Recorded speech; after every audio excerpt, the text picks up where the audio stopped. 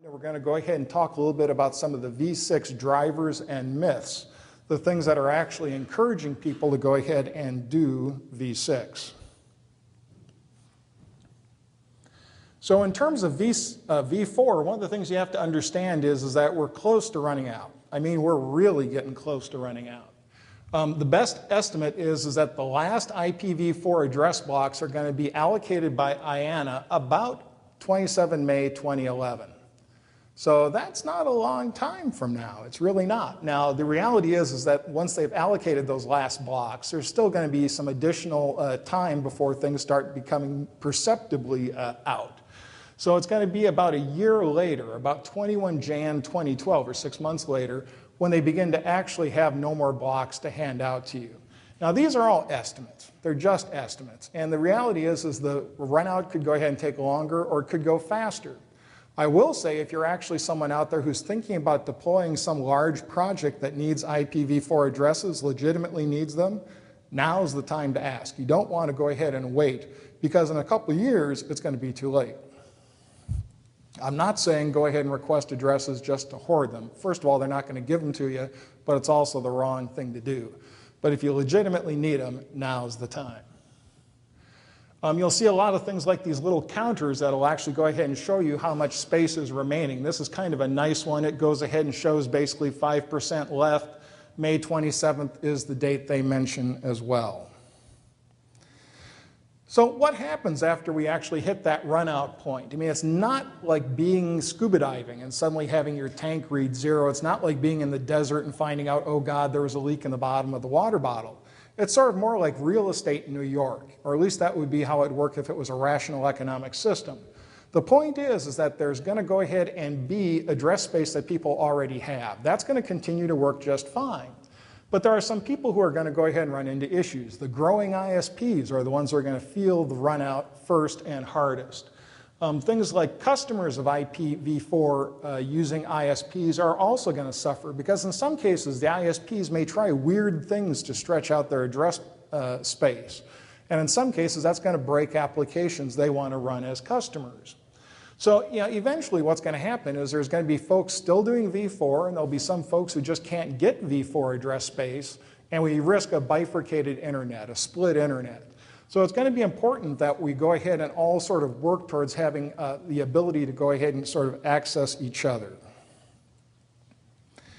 Now, when we talk about addressing, NAT's always the thing that comes up. People always go ahead and say, well, I've got some address space. I think I'm going to be able to make it stretch by using NAT. And in some cases, they may have NAT behind NAT behind NAT. So you have this very strange cascaded arrangement. And the problem is that when you start doing that, it may work fine for some things. It may work okay for things like accessing the web or using a web-based email product. But the reality is it's not going to work that well if you're trying to do peer-to-peer. It's not going to work that well if you're trying to do VoIP. It's really going to not work well if you're an ISP trying to track down a customer who's got a bot. And these are the sorts of scenarios where NAT really becomes pretty unpleasant. Part of the problem is that NAT is a semi-protocol aware protocol. And by that what I mean is that it's able to go ahead and do what it does only because it knows the format of the applications that are talking over the NATed device. In some cases, some of those protocols actually embed IP addresses within the packets. So the NAT box has to be smart enough to go in there, rip those IP addresses out, rewrite them the way that they should be after they've gone through the NAT. And that's the sort of thing that can cause real problems. So for example, H323 video conferencing is the perfect example of the sort of thing that often does not work behind a NAT. One of the results of the sort of NATed world that we're in is that the internet's devolving into this two-port model. There's only 2 ports on the internet that developers can count on getting through, port 80 and port 443, HTTP and HTTPS. So one of the things that this does is make it very hard for people to understand the sort of traffic that they're seeing. No longer are you seeing ports used in a responsible and sort of reasonable way for a particular application. It's everything over HTTP, everything over HTTPS. And that makes it very difficult to go ahead and understand your traffic, plan for your traffic load, do things like manage applications if you need to do so. If you're ever kind of feeling philosophical about the internet, you want to have the ability to go ahead and learn sort of how things are going to go ahead and feel if transparency is lost, I recommend a couple of RFCs to you. One is Internet Transparency by Brian Carpenter. He was one of the IAB fellows. And then there's a later piece that sort of updated that called Reflections on Internet Transparency. And preserving that kind of internet transparency is one of the key reasons why we really need v6. v6 will allow us to have an internet that just passes traffic, that doesn't mangle and rewrite stuff as it goes through layer after layer of NAT. The next reason we really need v6, the big driver for it, is something called route table bloat. And is there anybody in the audience who's ever heard the term route table bloat? Anyone? A couple folks? You're in the extreme minority. The vast majority of people have never heard of this term, and yet it's perhaps the most important problem facing the internet today, and one which we must solve if we're going to go ahead and continue to have a functioning network. This is sort of the picture showing you how many routes are out there. You notice it starts down towards the bottom. That unreadable number in the lower left corner is approximately 0. It more or less comes up to about 350,000 today. What this is showing you are the prefixes or routes that the routing table has on the global internet. So every time an ISP gets a new network address block, unless it's just an extension of an existing one, there's another route that goes into the routing table. And every router on the internet basically has to accommodate that route.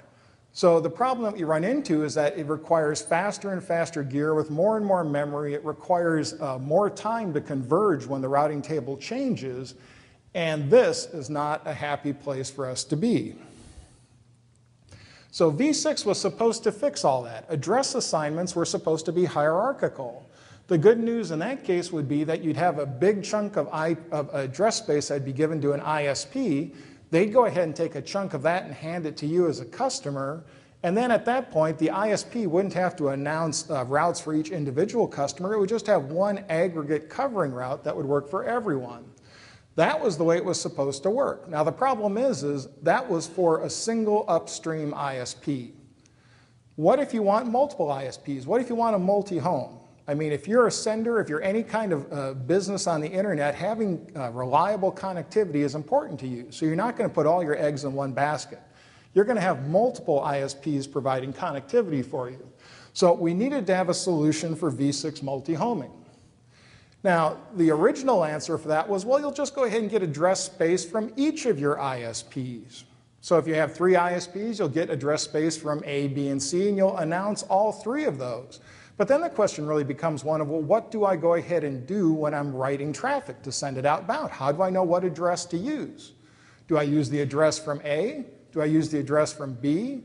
You really don't know a priori. So what you need to be able to go ahead and do is have a solution that will work for all 3 of those. And the result is that people have really gone ahead and repurposed the original answer from v4. What they're basically saying is if you need to multi-home, you need to go ahead and get your own provider-independent address space, and you can announce that from all of your IPv6 providers. So that's kind of the reality today. You need to go ahead and be able to get your own provider-independent space, and it's not ideal. Yes, we're going to have that same sort of route table growth, but the good news is right now the table is still small. You remember we saw 350,000 on that original graph for where we are? Well, today we're at about 3,500 for IPv6. So even if we're kind of doing routing wrong in v6 for a little while more, we're still going to be okay. The routing table is still small. We've got some time.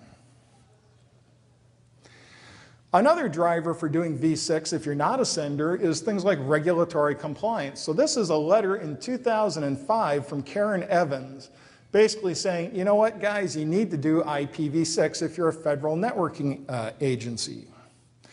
And the federal networks all went ahead and complied with that letter. They went ahead and enabled their networks for IPv6. They passed one IPv6 packet over those networks to prove it, and they promptly turned it back off. So if you go ahead and check your favorite federal networking sites at this Mark Pryor IPv6 survey page, you'll be able to see what they do and what they don't do over IPv6. Since that letter came out from OMB, I thought, well, let's check OMB. Surely if OMB is requiring people to do this, they will be v6 enabled. Well, here's a bunch of red ink at the bottom that says, no, they're actually not enabled. What if we look at the other so-called federal scorecard agencies? Can we really find any of the big guys that are v6 enabled right now? And the answer is no. And even though I picked on some folks here, pick any other federal agency, it's virtually always going to be the same answer. The good news is that there's yet another new document from the government about May 2009 sort of outlining what should be done, providing leadership and guidance for how to successfully integrate IPv6 throughout the enterprise, the federal enterprise. And they basically are saying, you know, we need this within the next 2 to 3 years, guys, so you need to get on the stick. Remember, this was 2009, it's now 2010. Well, they're continuing to push. So the NTIA had a workshop just a week or so ago at which the federal CIO announced, okay, September 30th, 2012, this time we mean it.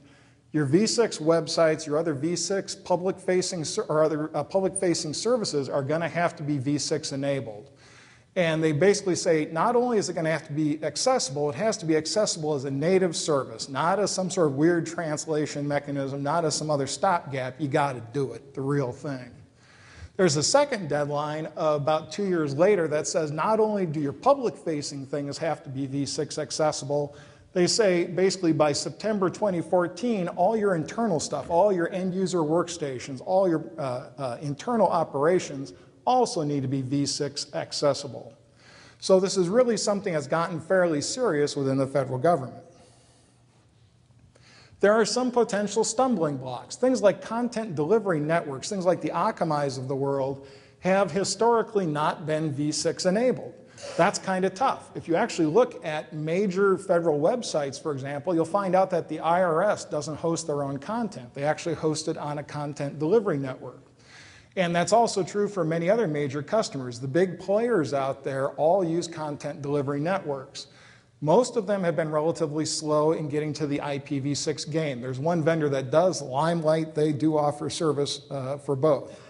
The good news is Akamai is reportedly working on IPv6. They had an article in Network World here just a few weeks back talking about why their IPv6 upgrade is a little harder than Google's. CDNs aren't the only problem. In the messaging business, we understand that there are some outsourced providers of critical messaging services like spam filtering. Many of those are not yet v6 enabled at all. So if you go ahead and outsource your spam protection to some providers that are not v6 enabled, they're going to go ahead and be an impediment to you going ahead and moving forward until they're ready to rock. So there's another myth I want to go ahead and touch, and you may not have heard this one before, but some people believe that if they go to IPv6, that they're suddenly going to go ahead and get better security on the network. And usually the reason for this is that IPv6 has IPsec as a mandatory component.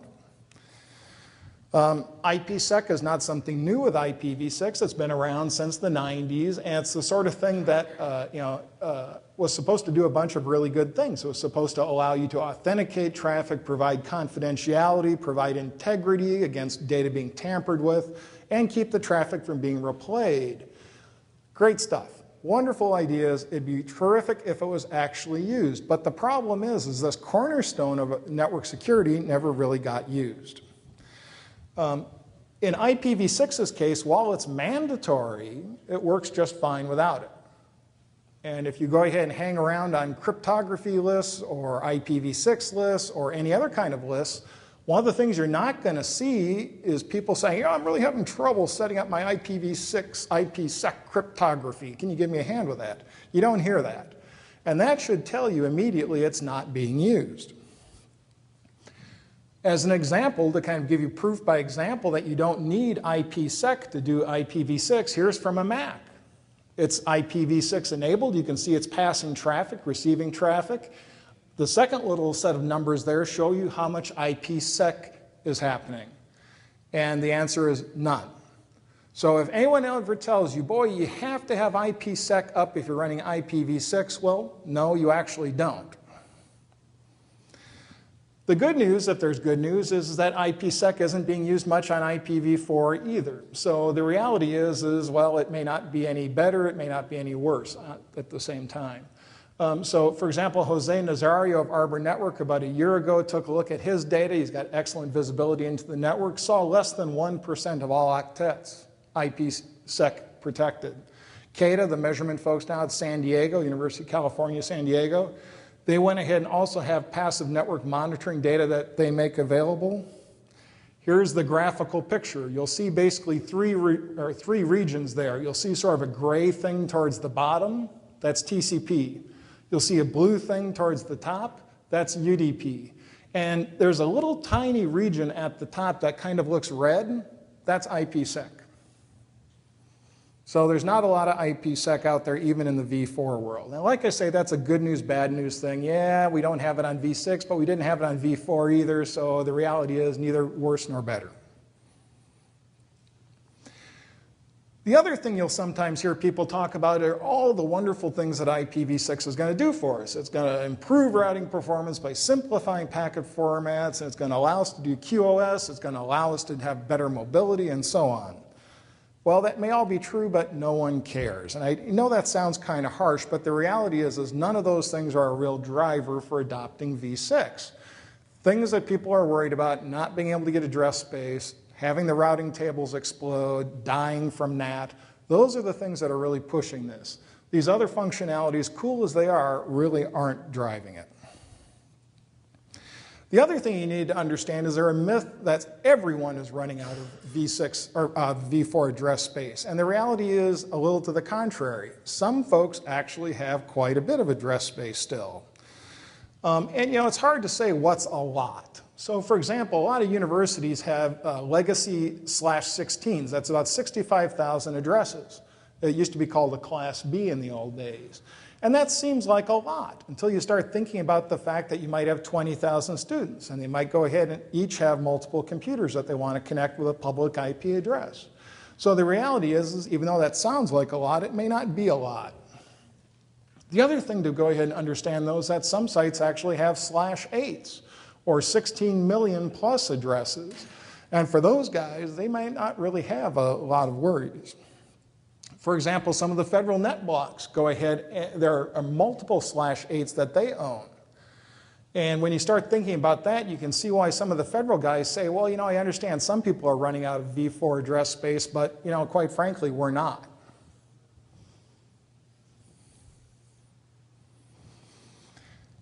Other folks go ahead and say, you know, for us, NAT really is all we need. We can go ahead and use 10 space forever. And if we use 10 space, we've got plenty of space. And they may assume that they're good to go. So again, they may feel, you know, yeah, some people are running out. Some people need public address space, but we don't. And again, these folks are the ones who are basically not moving towards v6 very quickly. The other thing that folks often think of, well, you know, I'll do v6, and suddenly I'll have all sorts of cool new things I'm going to be able to go ahead and do. Well, I wish that was true, but the reality is anything that's going to be available over v6 is also going to be available via v4. I mean, can you really imagine Amazon saying, I'm going to turn off v4 and only be available via v6? No, of course not. The folks who are doing business on the internet are going to continue to be available via v4 for a long time. The folks who are going to add v6 are going to have it run alongside v4. They're not going to turn v4 off in favor of v6. They're just going to run both of them at the same time, dual stacked. There are a couple things that are v6 only, but they're more kind of in the nature of curiosities than things that are really critical sites. At some point in the future, though, that's going to change. At some point in the future, people are going to come up on v6 and they may forget to enable v4. It may literally get to that point. I mean, think about things like AppleTalk or IPX or DECnet. Do you remember when we used to carry those on our local networks? Well, no one does it anymore, and people would laugh if you said, oh yeah, I'm running DECnet now. Well, at some point it's going to be the same thing for v4, but that's a long way off. There's also this sort of disturbing myth that some people have that they think that techies are going to find a way to make v4 address space last forever.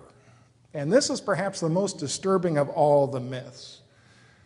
One of the things you have to understand is, even if folks, say, in the United States figured out some really great way to stretch the IP space that they've got, the reality is we're not the only ones who are consuming address space. This is actually a chart of address space that's been issued over the last few years. The thing on the far leftmost side is 1999, it's 2010 on the far right. You'll see a series of colored bars. The tallest yellow bars are APNIC, the blue ones are ARIN, the black ones are AFRINIC, the red ones are LACNIC, and the green ones are RIPE, or the Europeans. And what you'll see is that people have been requesting IP address space. They do it every year. People have growing networks. They need more space. So you don't really see the blue bars on there too much, except in the left-hand side, because most of the United States has most of the address that they need. We don't have a lot of new ISPs coming on. But address space is being consumed by APNIC and some other parts of the world. This is sort of the cumulative picture of where the address space has gone to date. So about 26 of the blocks went to RIPE, about 32 went to APNIC, about 24 went to ARIN, and so forth. You'll notice AFRINIC has about 1. What if we were to think about that in terms of regional populations? So we can go ahead and see that Asia had about 4 million folks, and Africa had about 1 million, and so forth and so on down the line. Or actually, these are in billions, pardon me. Multiply everything by 1,000. And you can see the total percentages there for that population. And then if you look over on the side, you can see how much address space each of those groups have. So for example, Asia has 60% of the world's population and about 36.5% of the world's address space right now. And that ratio is less than 1. They have less address space than people right now. Europe has an inverted ratio. They have about 2.7 addresses for every person. The United States, we've got about 5 addresses for every person. And notice Africa. Africa has 0.095. So less than a hundredth, I guess, or no? Well, anyhow, they have very few addresses per person. So if you think about that, their usage hasn't been very large. They've usually done things like NAT. They've usually gotten address space from satellite providers. But the reality is the world in Africa is changing. They're getting fiber. This is a picture of the continent of Africa. It doesn't really show up very well on the screen there, but essentially what you're seeing is the west coast of Africa is getting huge connectivity into Europe, into London in particular. And the east coast of Africa is also getting connected. The interior of Africa still has some challenges, but the reality is Africa is getting online, folks. Remember, they had 1/8. Well, that's not going to be true forever. People also often don't understand just how big Africa is. To put it in perspective, you can see this map. This shows the United States, Argentina, Western Europe, India, and China all superimposed on top of Africa with room to spare. So the point is Africa is literally a giant, both in terms of its population, but also in terms of its size. It's going to use a lot of address space. And if you think that we've got enough address space, given the fact that they're going to be coming online real soon, real fast, I think you're missing the point. The other thing you'll occasionally hear about V6 is, well, customers, they're just not really asking for V6. You might, but no one else is. Well, here's the sort of requests for IPv6 allocations that are being made to ARIN. That graph says to me that folks are planning to do V6. People are moving forward. And you can also go ahead and just look at chatter on things like NAAWG, the North American Network Operators Group list. One of the things that they went ahead and had was an anecdote basically saying, I was at a conference, there was no customer demand for V6 was what we were told, so the vendors say it's not on our immediate needs list. Well, this other person replied, I was at an event where I saw a vendor tell 20 people in a row exactly that.